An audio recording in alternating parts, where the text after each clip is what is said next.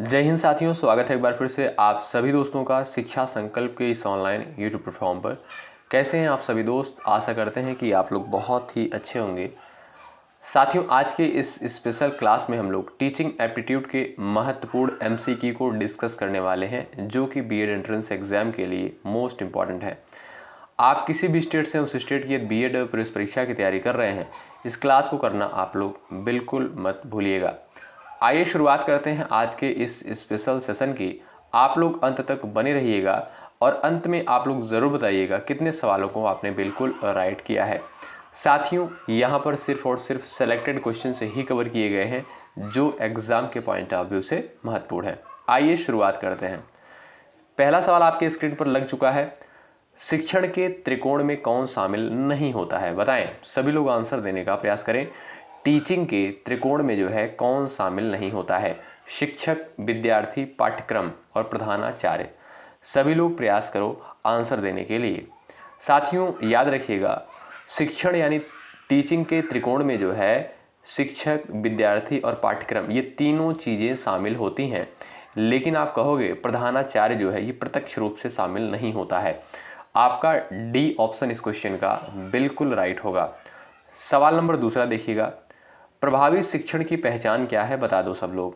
चलो भाई। पाठ्य पुस्तक का अनुसरण करना, शिक्षक का नियंत्रण, छात्र केंद्रित गतिविधियां, शिक्षक का एक तरफा भाषण। बताएं। चलिएगा, इफेक्टिव टीचिंग की जो है पहचान क्या होती है? आप सभी दोस्त आंसर देने का प्रयास करो। प्रयास करें सभी लोग आंसर देने के लिए। चलिए भाई, जो भी साथी ऑप्शन नंबर सी पर गए हैं उनका आंसर बिल्कुल राइट हो जाएगा। प्रभावी शिक्षण यानी इफेक्टिव टीचिंग की पहचान क्या होती है? छात्र केंद्रित गतिविधियां। ऑप्शन नंबर सी बिल्कुल करेक्ट हो जाएगा। साथियों, याद रखिएगा, प्रभावी शिक्षण वह होता है जहां जो है छात्र की सक्रिय भागीदारी होती है। इसका उद्देश्य होता है कि विद्यार्थियों की रुचियों और आवश्यकताओं के अनुरूप शिक्षण करना होता है। ठीक है भाई, यानी ऑप्शन नंबर आपका सी बिल्कुल करेक्ट हो जाएगा। अगला सवाल देखो। अधिगम की प्रक्रिया में बाधा उत्पन्न करने वाला कारक बताएं। चलिए, सभी लोग आंसर देने का प्रयास करें। सीखने की प्रक्रिया में जो है बाधा उत्पन्न करने वाला कारक जो है कौन सा होता है? प्रेरणा, उपयुक्त वातावरण, भय और चिंता, छात्र की जिज्ञासा। प्रयास करें सभी साथी आंसर देने के लिए। अच्छा, बहुत सारे साथी बोल रहे थे कि सर जो है टीचिंग एप्टीट्यूड का थोड़ा सा क्वेश्चन लेवल बढ़ाइए। तो आप लोग थोड़ा सा धैर्य रखें, पेशेंस रखें, आपको सारी चीज़ें प्रोवाइड करी जाएंगी और सिंपल क्वेश्चन भी पेपर में आते हैं। आप लोग पेपर उठा के एक बार देखिए, धीरे धीरे लेवल बढ़ेगा, परेशान ना होइए आप लोग। ठीक है, चलिए बताएं। सीखने की प्रक्रिया में बाधा उत्पन्न करने वाला कारक कौन सा होता है? आप कहोगे सर भय और चिंता। यानी जब आप भय और चिंता से ग्रसित रहोगे तब क्या आप सीख पाओगे? कोई भी चीज़ नहीं सीख पाओगे। आपका सी ऑप्शन यहाँ पर बिल्कुल करेक्ट होगा। अगला सवाल देख लो। निम्न में से कौन अधिगम का अस्थायी सिद्धांत नहीं है? बताएं। चलिए सभी लोग प्रयास कर दो आंसर देने के लिए। अधिगम का अस्थायी सिद्धांत नहीं है, सभी का आंसर आना चाहिए। प्रयास करें सभी साथी आंसर देने के लिए। 4 ऑप्शंस आपके सामने दिए गए हैं। चलिए साथियों, अधिगम का मतलब आप समझ ही रहे होंगे, इसका मतलब होता है लर्निंग यानी सीखना। ठीक है भाई, चलिए आंसर देने का प्रयास करें। निम्न में से कौन जो है अधिगम का अस्थायी सिद्धांत नहीं है? आप कहोगे सर प्रयास रहित अधिगम, यानी ऑप्शन नंबर आपका सी यहाँ पर बिल्कुल करेक्ट हो जाएगा। साथियों ध्यान रखिएगा, अधिगम जो है एक सक्रिय प्रक्रिया है जिसमें प्रयास और अभ्यास की आवश्यकता होती है। यानी बिना प्रयास, बिना अभ्यास के जो है आप कोई भी चीज़ अच्छे से सीख नहीं सकते हो। इसलिए दोस्तों आपका सी ऑप्शन चला जाएगा बिल्कुल करेक्ट। अगला सवाल देख लो। कक्षा में अनुशासन बनाए रखने का सबसे अच्छा तरीका क्या है? बताओ, सब लोग आंसर करो। दंड देना, कक्षा से बाहर निकालना, रोचक शिक्षण, उच्च स्वर में बोलना। बताएं। प्रयास करें आंसर देने के लिए सभी प्यारे साथी। कक्षा में अनुशासन बनाए रखने के लिए जो है अच्छा तरीका क्या है? चलो आंसर करो सब लोग। आप कहोगे सर यहाँ पर जो आपका सी ऑप्शन करेक्ट हो जाएगा, यानी रोचक शिक्षण होना चाहिए, यानी रोचक जो है टीचिंग होनी चाहिए कक्षा में जो है अनुशासन बनाए रखने के लिए। ऐसा नहीं है कि दंड देना चाहिए और कक्षा से बाहर भी नहीं निकालना चाहिए और उच्च स्वर में बोलना भी नहीं चाहिए। ये तीनों ऑप्शन आपके चले जाएंगे बिल्कुल गलत। रोचक शिक्षण यानी ऑप्शन नंबर आपका यहाँ पर सी बिल्कुल करेक्ट हो जाएगा। अगला सवाल देखते हैं, सवाल नंबर 6। शिक्षक ज्ञान का ट्रांसमीटर नहीं बल्कि सहायक है, यह विचार किस शिक्षण दृष्टिकोण का है? बताएं। पारंपरिक, व्यवहारवादी, निर्माणवादी, यांत्रिक। आंसर दे सकते हो। चलिए सभी दोस्त सवाल नंबर 6 का प्रयास करें आंसर देने के लिए। चलो भाई, शिक्षक ज्ञान का ट्रांसमीटर नहीं बल्कि सहायक है, यह विचार किस शिक्षण दृष्टिकोण का है? आप कहोगे सर निर्माणवादी। आपका सी ऑप्शन यहाँ पर बिल्कुल राइट है। आइए अगला सवाल देखते हैं, सवाल नंबर 7 देखें। ब्लूम टैक्सोनॉमी का मुख्य उद्देश्य क्या है? बताएं। शिक्षक की योग्यता बढ़ाना, प्रश्न पत्र बनाना, अधिगम के उद्देश्यों को वर्गीकृत करना, पाठ्यक्रम बदलना। जवाब दें। ब्लूम टैक्सोनॉमी का मुख्य उद्देश्य क्या है? सभी लोग आंसर दे सकते हो, चलेगा। आंसर देने का प्रयास करें। आप कहोगे सर अधिगम के उद्देश्यों को वर्गीकृत करना। ऑप्शन नंबर सी बिल्कुल करेक्ट हो जाएगा। दोस्तों याद रखें, ब्लूम टैक्सोनॉमी का मुख्य उद्देश्य होता है अधिगम के उद्देश्यों को वर्गीकृत करना। ठीक है भाई, आपका यहाँ पर जो है सी ऑप्शन बिल्कुल राइट हो जाएगा। अगला सवाल देखो, सवाल नंबर 8। शिक्षण का सबसे उपयुक्त मूल्यांकन कौन करता है? बताएं। अभिभावक, प्रधानाचार्य, सहपाठी, छात्र स्वयं। जवाब देने का प्रयास करें। चलिए भाई,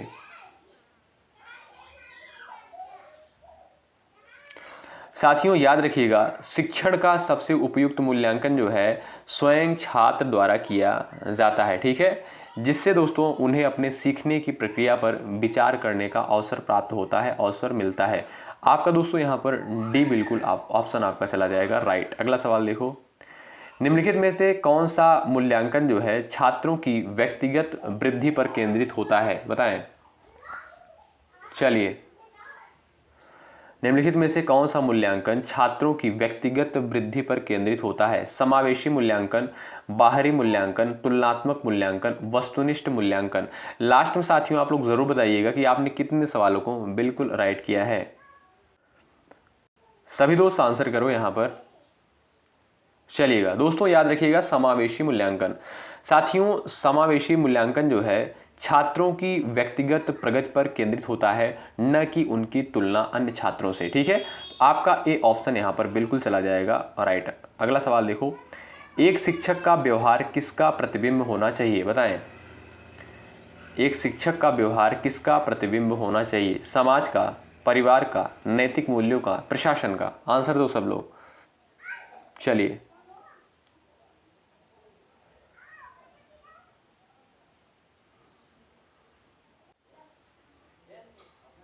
आंसर देने का प्रयास करें सभी लोग। एक शिक्षक का व्यवहार किसका प्रतिबिंब होना चाहिए? नैतिक मूल्यों का। ऑप्शन नंबर आपका सी बिल्कुल राइट होगा। अगला सवाल देखो, शिक्षण एक द्विपक्षीय प्रक्रिया है, इसका अर्थ क्या है? केवल शिक्षक बोलता है, केवल छात्र सीखता है, शिक्षक और छात्र दोनों सक्रिय रहते हैं, पाठ्यक्रम के 2 भाग होते हैं। बताएं।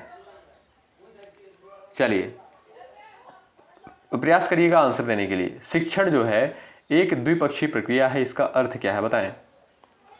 आप कहोगे सर शिक्षक और छात्र दोनों सक्रिय रहते हैं। ठीक है, इसको आप कहोगे शिक्षण एक द्विपक्षीय प्रक्रिया है। ठीक है भाई, ऑप्शन नंबर आपका सी बिल्कुल राइट हो जाएगा।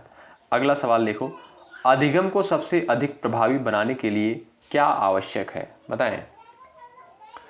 आंसर देने का प्रयास करें सभी लोग। लर्निंग यानी सीखना यानी अधिगम को जो है सबसे अधिक प्रभावी बनाने के लिए क्या आवश्यक है? आंसर दे सकते हो सभी दोस्त। चलिए साथियों आप कहोगे यहां पर सर ऑप्शन नंबर बी बिल्कुल करेक्ट हो जाएगा, उदाहरणों के द्वारा। यानी जब आप कोई चीज एग्जाम्पल के द्वारा सीखते हो तो वो ज़्यादा समय तक याद रहती है। ठीक है, तो भाई सीखने की प्रक्रिया को जो है अधिक प्रभावी बनाने के लिए स्टूडेंट को जो भाई एग्जाम्पल से किसी भी चीज़ को, किसी भी टॉपिक को समझाना चाहिए। इससे क्या होता है, ज़्यादा दिन तक, ज़्यादा समय तक जो है उनके दिमाग में सारी चीज़ें बनी रहती हैं। ठीक है, तो ये जो है आपका एक प्रभावी तरीका होता है एग्जाम्पल के द्वारा समझाने का। Option number B correct. अगला सवाल देख लो, शिक्षण कौशल में शामिल नहीं है, बताएं।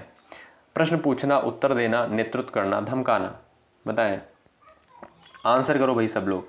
शिक्षण कौशल में शामिल नहीं है, बताएं। साथियों आप कहोगे सर शिक्षण कौशल में जो है प्रश्न पूछना, ध्यान रखिएगा, प्रश्न पूछना, उत्तर देना, नेतृत्व करना, ये तीनों चीज़ें शामिल होती हैं, जबकि धमकाना जो है एक नकारात्मक व्यवहार है, ये जो है आपका शामिल नहीं होता है। डी ऑप्शन आपका चला जाएगा राइट। अगला सवाल देखो, शिक्षा में आईसीटी का उपयोग किस उद्देश्य से होता है, बताएं। चलिए, आईसीटी का मतलब दोस्तों आप समझ सकते हो सूचना और संचार प्रौद्योगिकी। ठीक है, बताएं इसका उपयोग जो है किस उद्देश्य के लिए किया जाता है शिक्षा के क्षेत्र में। चलिए साथियों याद रखें, शिक्षा को जो है रुचिकर और आकर्षक और प्रभावी बनाने के लिए जो है आईसीटी का प्रयोग किया जाता है। आप कहोगे सर यहाँ पर जो है सी ऑप्शन बिल्कुल राइट हो जाएगा। ठीक है भाई, अगला सवाल देख लो भाई, एक शिक्षक को बच्चों में क्या प्रोत्साहित करना चाहिए। भाई लाइक की संख्या आप लोग बढ़ाते चलिए, आपके लिए बेहतरीन कंटेंट प्रोवाइड किया जा रहा है, आपका कर्तव्य बनता है सेशन को जरूर से जरूर लाइक करें। साथियों इसमें कोई चार्ज, कोई पैसा आपका नहीं लगता है। इससे दोस्तों हमारा भी मोटिवेशन बढ़ता है और बेहतरीन चीज़ें आपके लिए लाने का प्रयास करते हैं, और मेहनत इसी तरीके से जारी रहेगी जब तक आपकी परीक्षा नहीं हो जाती। इसलिए भाई पूरे एनर्जी के साथ क्लास में बने रहे और लाइक की संख्या आप लोग बढ़ाते चलें। जो भी साथी चैनल पर नए हैं, बीएड एंट्रेंस एग्जाम की तैयारी कर रहे हैं, आप किसी भी स्टेट से हैं, जरूर जुड़ें, निश्चित रूप से यहां से आपको हेल्प मिलेगी। चलिए, एक शिक्षक को बच्चों में क्या प्रोत्साहित करना चाहिए। आप कहोगे सर रचनात्मकता, यानी ऑप्शन नंबर आपका यहां पर सी बिल्कुल करेक्ट हो जाएगा। एक शिक्षक को दोस्तों बच्चों में रचनात्मकता को प्रोत्साहित करना चाहिए ताकि वे नए विचारों को जन्म दे सके। आपका सी ऑप्शन करेक्ट होगा। अगला सवाल देखो, किस प्रकार का प्रश्न जो है छात्रों की आलोचनात्मक सोच को उभारता है, बताएं। आंसर दे दें फटाफट आप लोग भाई। चलिए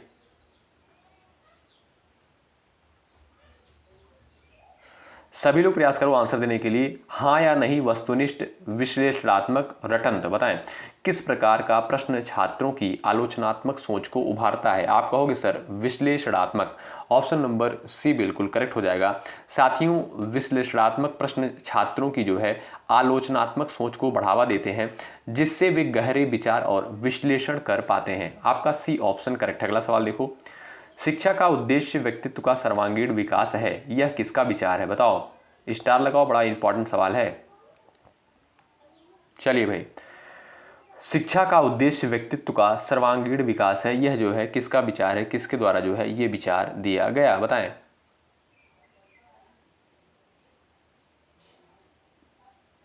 सभी लोग प्रयास करो। साथियों याद रखिएगा रवींद्रनाथ टैगोर। साथियों रवींद्रनाथ टैगोर ने जो है शिक्षा का उद्देश्य व्यक्तित्व का सर्वांगीण विकास बताया, और जो छात्रों की सभी गुणों का विकास करता है। आपका यहां पर बी ऑप्शन बिल्कुल करेक्ट है। अगला सवाल देखो भाई, शिक्षण का कौन सा तरीका जो है समस्या समाधान क्षमता विकसित करता है। आंसर दे दो फटाफट, बड़ा इंपॉर्टेंट है। चलो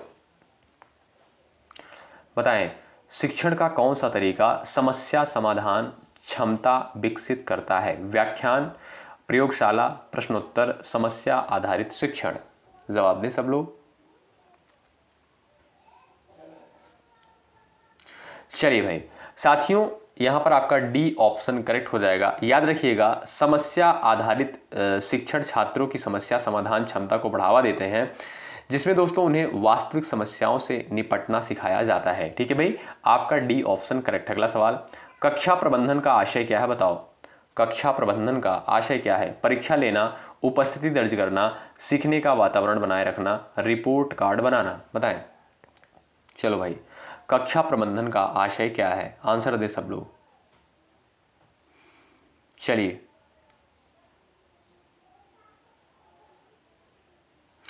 आप कहोगे सर यहाँ पर राइट आंसर हो जाएगा सीखने का वातावरण जो है बनाए रखना, यानी कक्षा प्रबंधन का आशय क्या है, सीखने का वातावरण बनाए रखना। आपका सी ऑप्शन करेक्ट हो जाएगा। साथियों याद रखिएगा, कक्षा प्रबंधन का मुख्य उद्देश्य जो है एक अच्छा सीखने का वातावरण बनाना होता है, जहां जो है छात्र प्रभावी तरीके से सीख सके कोई भी चीज को। ठीक है भाई, ऑप्शन नंबर सी करेक्ट। अगला सवाल, रिफ्लेक्टिव टीचिंग का उद्देश्य क्या है, बताएं। रिफ्लेक्टिव टीचिंग का उद्देश्य क्या है, बता दो सब लोग। चलो भाई आंसर छापो फटाफट। आंसर देने का प्रयास करें। यहां पर जो भी साथी ऑप्शन नंबर बी पर गए हैं उनका आंसर बिल्कुल करेक्ट हो जाएगा। शिक्षक का आत्म मूल्यांकन, रिफ्लेक्टिव टीचिंग का उद्देश्य होता है शिक्षक का आत्म मूल्यांकन, यानी बी ऑप्शन आपका करेक्ट। अगला सवाल, एक अच्छा शिक्षक कौन होता है, बताओ। एक अच्छा शिक्षक जो है कौन होता है, सभी लोग आंसर कर दो। चलिए भाई,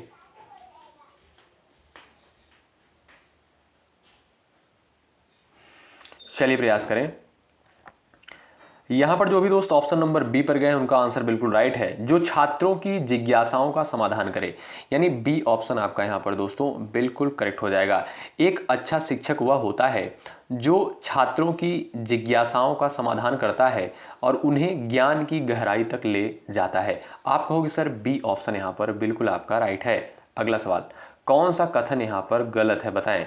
शिक्षा आजीवन प्रक्रिया है, शिक्षक केवल ज्ञान का स्रोत होता है, सीखना केवल स्कूल तक सीमित नहीं है, अधिगम अनुभवों से होता है, बताएं।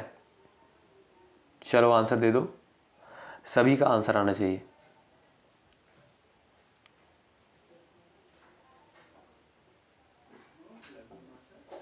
आंसर देने का प्रयास करो सब लोग। आपका दोस्तों यहां पर राइट आंसर हो जाएगा शिक्षक केवल ज्ञान का स्रोत होता है। ये आपका जो है कथन बिल्कुल आपका गलत है। ठीक है भाई, आपका बी ऑप्शन यहां पर चला जाएगा राइट आंसर। अगला सवाल देखो, सृजनात्मकता को बढ़ाने वाला प्रमुख कारक कौन सा होता है, बताओ। आंसर कर दो। अनुशासन, आजादी और प्रयोग की सुविधा, कठोर मूल्यांकन, भय और तनाव, बताएं। चलिए, सृजनात्मकता को बढ़ाने वाला प्रमुख कारक कौन सा है, आंसर देने का प्रयास करें।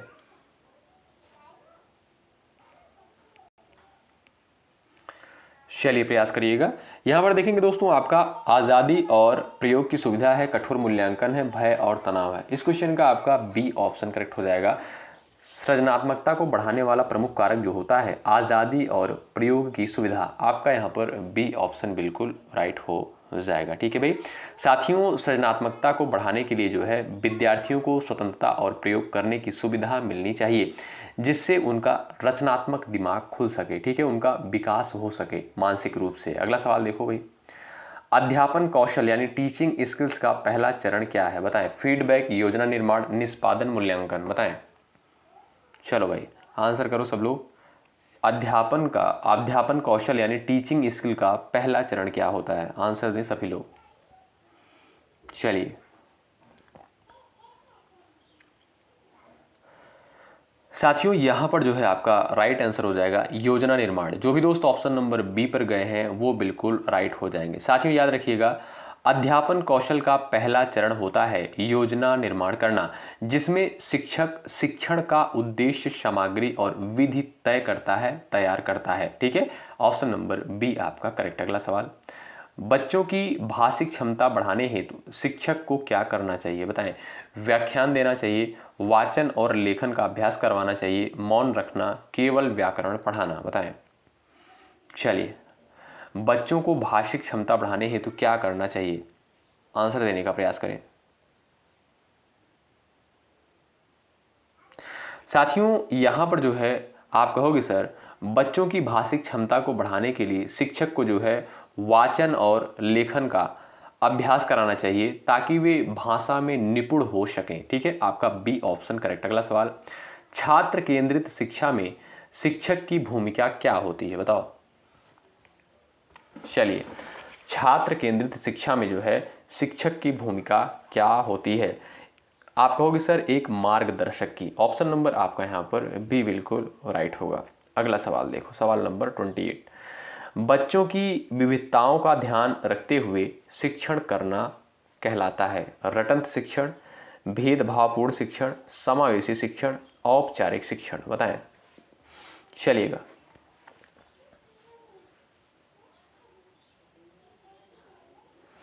प्रयास करिएगा सभी लोग आंसर देने के लिए। आप कहोगे सर समावेशी शिक्षण, ऑप्शन नंबर सी बिल्कुल करेक्ट हो जाएगा। साथियों, समावेशी शिक्षण वह होता है जिसमें शिक्षक बच्चों की विविधताओं का ध्यान रखते हुए उन्हें समान अवसर और शिक्षा प्रदान करता है। यानी साथियों, आप देखोगे क्लास में जो है कुछ ऐसे स्टूडेंट होते हैं जो बहुत ज़्यादा पढ़ने में सही होते हैं, कुछ ऐसे स्टूडेंट होते हैं जो पढ़ने में कमज़ोर होते हैं। यानी सभी को जो है एक साथ लेकर चलना जो है, ये आपका जो है बेहतरीन शिक्षक का जो है एक उदाहरण होता है। ठीक है भाई, आपका यहाँ पर सी बिल्कुल राइट होगा। अगला सवाल देखो, ब्लूम्स टैक्सोनॉमी में सबसे उच्च स्तर है समझना, अनुप्रयोग, विश्लेषण, मूल्यांकन?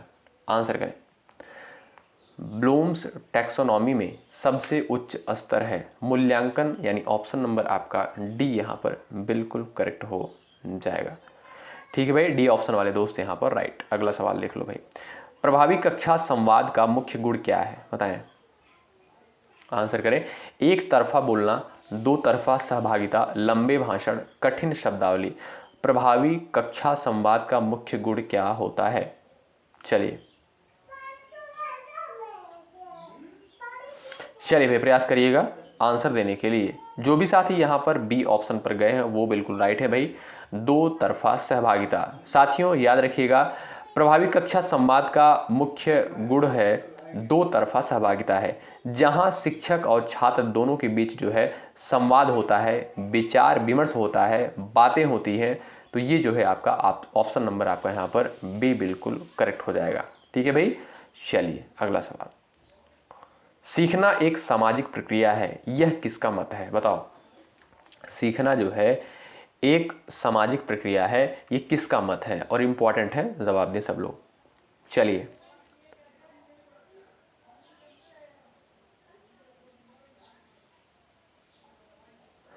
याद रखें दोस्तों, वाइगोत्स्की का यानी ऑप्शन नंबर सी करेक्ट हो जाएगा। और बड़ा इंपॉर्टेंट सवाल है, एग्जाम में प्रश्न ऐसे पूछता है कि सीखना एक सामाजिक प्रक्रिया है, यह जो है किसका मत है, किसके द्वारा कहा गया था? आप कहोगे सर वाइगोत्स्की के द्वारा, ऑप्शन नंबर सी करेक्ट। अगला सवाल, एक शिक्षक को छात्रों की सीखने की शैली यानी लर्निंग स्टाइल का ज्ञान क्यों होना चाहिए?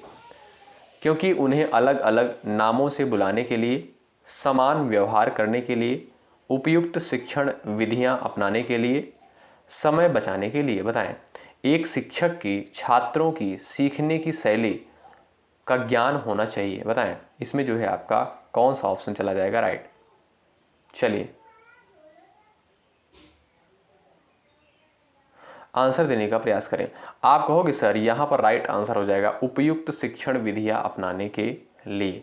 साथियों ध्यान रखिएगा, एक शिक्षक को जो है छात्रों की सीखने की शैली का जो है ज्ञान होना चाहिए, ताकि वह उनके लिए सबसे उपयुक्त शिक्षण विधियां अपना सके। यानी कोई भी छात्र किस विधि से समझ सकता है किसी भी टॉपिक को, उस छात्र को जो है, उस शिक्षक को जो है ज्ञान होना चाहिए कि कोई भी छात्र किस तरीके से किस टॉपिक को समझ सकता है। अगर वो एग्जाम्पल के द्वारा जो है समझ सकता है तो उसे एग्जाम्पल के द्वारा समझाना चाहिए, या वो फिगर के द्वारा समझ सकता है, मानचित्र के द्वारा समझ सकता है, तब उसे जो है चित्र बनाकर समझाना चाहिए। ठीक है भाई, आपका यहाँ पर सी ऑप्शन बिल्कुल राइट हो जाएगा। अगला सवाल देख लो, निम्न में से कौन जो है शिक्षण की व्यवहारिक बाधा नहीं है? बताएं। निम्न में से कौन जो है शिक्षण की व्यवहारिक बाधा नहीं है? जवाब दें। चलिए सभी लोग प्रयास करो आंसर देने के लिए। और भाई लाइक की संख्या आप लोग बढ़ाते चलो अगर आपको क्लास जो है अच्छी लग रही है, नहीं तो आप लोग डिसलाइक भी कर सकते हो, हमें कोई प्रॉब्लम नहीं है। आपके पास दो ऑप्शन है, या तो सेशन को लाइक करो या तो आप लोग डिसलाइक करो। चलो आंसर करो, निम्न में से कौन जो है शिक्षण की व्यवहारिक बाधा नहीं है? आपका दोस्तों यहाँ पर राइट आंसर क्या हो जाएगा, आप लोग बता दो। आप कहोगे सर शिक्षक की उच्च योग्यता, ऑप्शन नंबर सी बिल्कुल करेक्ट हो जाएगा। साथियों शिक्षक की उच्च योग्यता जो है एक सकारात्मक कारक होता है जो शिक्षण में बाधा नहीं डालती है। अन्य विकल्प जो है शिक्षण की व्यवहारिक बाधाएं उत्पन्न करते हैं। ठीक है भाई, यानी जो पढ़ा लिखा शिक्षक होगा वो तो भाई जो जितनी उच्च डिग्री हासिल किया रहेगा, जो अच्छे से पढ़ा रहेगा, वो तो और अच्छा ज्ञान देगा भाई। क्यों? ऑप्शन नंबर आपका यहाँ पर सी बिल्कुल राइट है। अगला सवाल देखो, जब छात्र कोई प्रश्न पूछे तब शिक्षक को कैसा व्यवहार करना चाहिए? टालना चाहिए, डांट देना चाहिए, प्रोत्साहित करना चाहिए, चुप रहना चाहिए? बताओ, आंसर कर दो सब लोग। जब छात्र कोई प्रश्न पूछे तब शिक्षक को क्या करना चाहिए? यानी जब आप कोई टीचर मान लो बन जाओगे आगे चलकर, गवर्नमेंट टीचर, अगर आपसे कोई स्टूडेंट सवाल पूछता है तब आप उसके साथ क्या व्यवहार करोगे? क्या उसे आप टाल दोगे?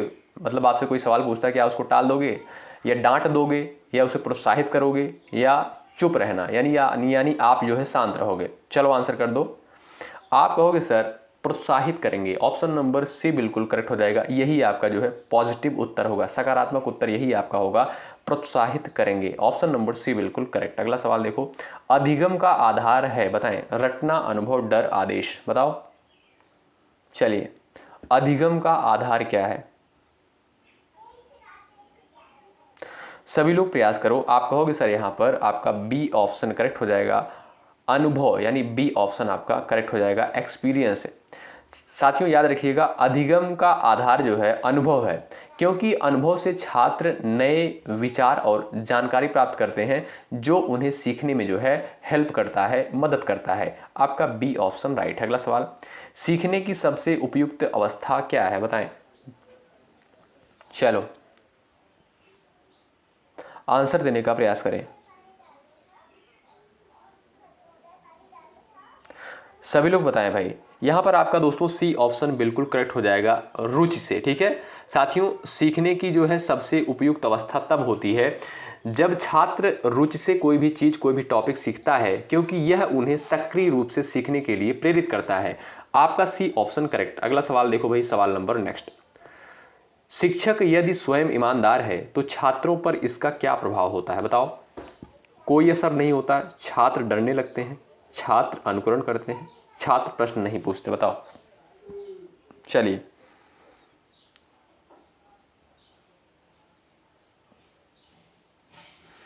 प्रयास करो भाई सब लोग।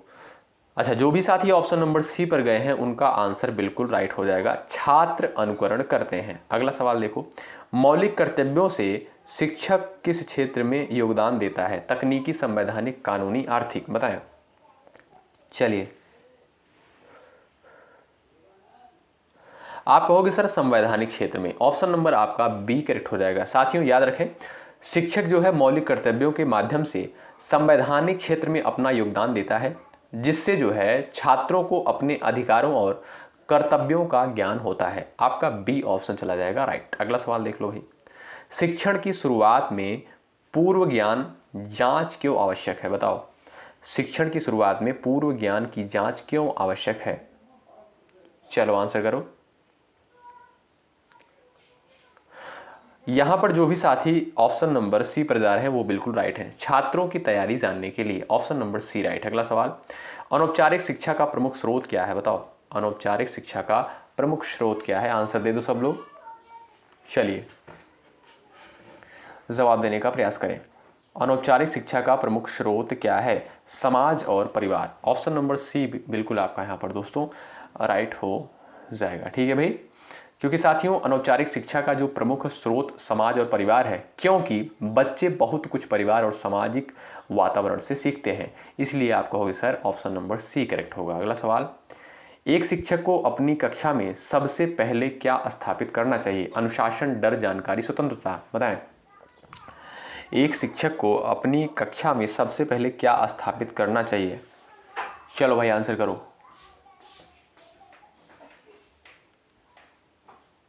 चलिए भाई, जो भी दोस्त ऑप्शन नंबर ए पर जा रहे हैं वो बिल्कुल करेक्ट है, अनुशासन यानी डिसिप्लिन। ठीक है, एक शिक्षक को अपनी कक्षा में जो है अनुशासन सबसे पहले स्थापित करना चाहिए, क्योंकि दोस्तों यह एक सकारात्मक और प्रभावी शिक्षण वातावरण को सुनिश्चित करता है।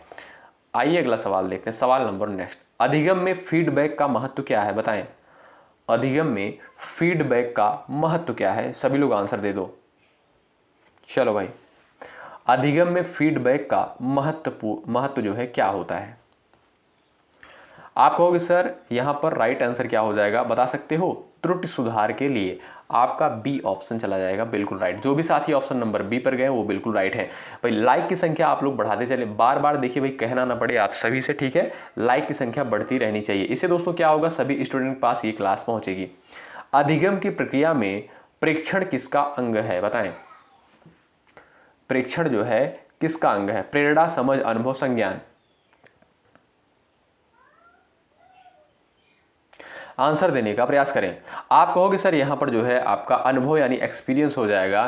साथियों याद रखिएगा, अधिगम में जो है प्रेक्षण, आप कह सकते हो प्रेक्षण एक प्रकार का अनुभव होता है जिसमें छात्र किसी प्रक्रिया या गतिविधि को देखकर सीखते हैं। ठीक है भाई, तो आपका यहाँ पर सी ऑप्शन बिल्कुल राइट है। अगला सवाल देख लो भाई, शिक्षण का उद्देश्य केवल सूचना देना नहीं बल्कि क्या है? परीक्षा पास करवाना, सोचने की क्षमता विकसित करना, नौकरी दिलाना, अनुशासन सिखाना। बताओ कौन सा ऑप्शन यहाँ पर करेक्ट होगा? चलो भाई आंसर देने का प्रयास करें। आप कहोगे सर यहाँ पर बी ऑप्शन करेक्ट हो जाएगा, सोचने की क्षमता को विकसित करना। ऑप्शन नंबर बी बिल्कुल करेक्ट हो जाएगा। अगला सवाल देखो भाई, शिक्षण की व्यक्तिनिष्ठ विधि में शिक्षक क्या करता है? बताओ शिक्षण की व्यक्तिनिष्ठ विधि में शिक्षक क्या करता है? चलिए सभी लोग आंसर करो। यहां पर आपका राइट आंसर हो जाएगा, सभी को अलग अलग समझाता है। ऑप्शन नंबर बी दोस्तों यहां पर बिल्कुल आपका राइट हो जाएगा। अगला सवाल देख लो, कक्षा शिक्षण के लिए शिक्षक का सबसे बड़ा संसाधन क्या है? बताओ कक्षा शिक्षण के लिए उसका भाई सबसे बड़ा संसाधन क्या होता है? चलो भाई साथियों याद रखें, कक्षा शिक्षण के लिए जो है शिक्षक का जो सबसे बड़ा संसाधन होता है उसका अपना, आप कह सकते हो अनुभव होता है। ऑप्शन नंबर सी बिल्कुल करेक्ट हो जाएगा, क्योंकि दोस्तों वह अपनी व्यक्तिगत समझ और दृष्टिकोण से छात्रों को मार्गदर्शन करता है। ठीक है, ऑप्शन नंबर सी राइट। अगला सवाल, सहकर्मी मूल्यांकन किसके लिए उपयुक्त है? बताएं, आंसर दें। सहकर्मी मूल्यांकन किसके लिए उपयुक्त है? शिक्षक, प्रधानाचार्य, छात्र, अभिभावक। बताएं। चलो भाई आप कहोगे सर यहां पर आपका सी ऑप्शन करेक्ट हो जाएगा, छात्र। अगला सवाल देखो, टीम टीचिंग का उद्देश्य क्या है? बताएं टीम टीचिंग का उद्देश्य क्या होता है? आंसर दें। चलिए आंसर दें। टीम टीचिंग का उद्देश्य क्या है? समय बचाना, ये तो आपका बिल्कुल गलत। कई शिक्षकों द्वारा सहयोगात्मक शिक्षण, ये आपका दोस्तों बिल्कुल राइट चला जाएगा। ठीक है भाई, ऑप्शन नंबर बी वाले साथ ही राइट है। अगला सवाल देख लो, शिक्षण में जो है ऑब्जर्वेशन मेथड का उपयोग कब होता है? बताएं, परीक्षा में, प्रयोगशाला में, आचरण मूल्यांकन में, गृह कार्य में। चलिए, शिक्षण में ऑब्जर्वेशन मेथड का उपयोग कब होता है? ऑब्जर्वेशन मेथड का साथियों आप कहोगे यहाँ पर जो है राइट आंसर हो जाएगा आपका यहाँ पर आचरण मूल्यांकन में जो है प्रयोग होता है। किसका? ऑब्जर्वेशन मेथड का। ठीक है भाई, ऑप्शन नंबर सी बिल्कुल राइट हो जाएगा। अगला सवाल देखो, और ये लास्ट क्वेश्चन है इस क्लास का, एक शिक्षक का सामाजिक उत्तरदायित्व क्या है? बताएं, एक शिक्षक का सामाजिक उत्तरदायित्व जो है क्या होता है? चलिए साथियों याद रखें, एक शिक्षक का जो है सामाजिक उत्तरदायित्व समाज को दिशा देना होता है। क्या? समाज को दिशा देना होता है, ताकि वह समाज में जो है सकारात्मक बदलाव ला सके और छात्रों को बेहतर नागरिक बना सके। तो ऑप्शन नंबर दोस्तों आपका बी बिल्कुल यहाँ पर करेक्ट हो जाएगा। ये क्लास आपको कैसी लगी टीचिंग एप्टीट्यूड की, अपना रिव्यू कमेंट बॉक्स में ज़रूर बताएं, तभी आपको नेक्स्ट क्लास देखने को मिलेगी। और जो भी साथी कह रहे थे सर थोड़ा सा लेवल बढ़ाइए, देखिए लेवल ठीक है, थोड़ा सा लेवल और बढ़ेगा, आप परेशान ना होइए। सिंपल क्वेश्चन भी पेपर में आते हैं, उसको आप लोग बिल्कुल मत छोड़िए। ठीक है, कुछ लोग क्या करते हैं, सिंपल क्वेश्चन भाई गलत कर देते हैं। ठीक है भाई, तो आपको करना क्या है, आपको हर तरीके के प्रश्नों को करना है। आप लोग परेशान ना होइए, लेवल धीरे धीरे बढ़ेगा। ये तो अभी हमें लगता है टीचिंग एप्टीट्यूड की तीसरी चौथी क्लास होगी हमारी। ठीक है, आप लोग परेशान ना हो, सभी चीज़ें आपको प्रोवाइड करी जाएंगी। चलिए भाई, मिलते हैं आपसे दोपहर को 3 बजे सामान्य ज्ञान की स्पेशल क्लास में। आप लोग जुड़ना बिल्कुल मत भूलिएगा। और भाई एक बार सभी लोग लाइक कर दो सेशन को, जो भी साथी जुड़े हो। और चैनल पर यदि आप नए हैं तो सब्सक्राइब भाई ज़रूर करिएगा। ठीक है, चलिए मिलते हैं आपसे नेक्स्ट क्लास में। तब तक के लिए बाय बाय, टेक केयर। मेहनत के साथ अपनी तैयारी में लगे रहें, प्रैक्टिस खूब करते रहें। शुक्रिया, जय हिंद, जय भारत।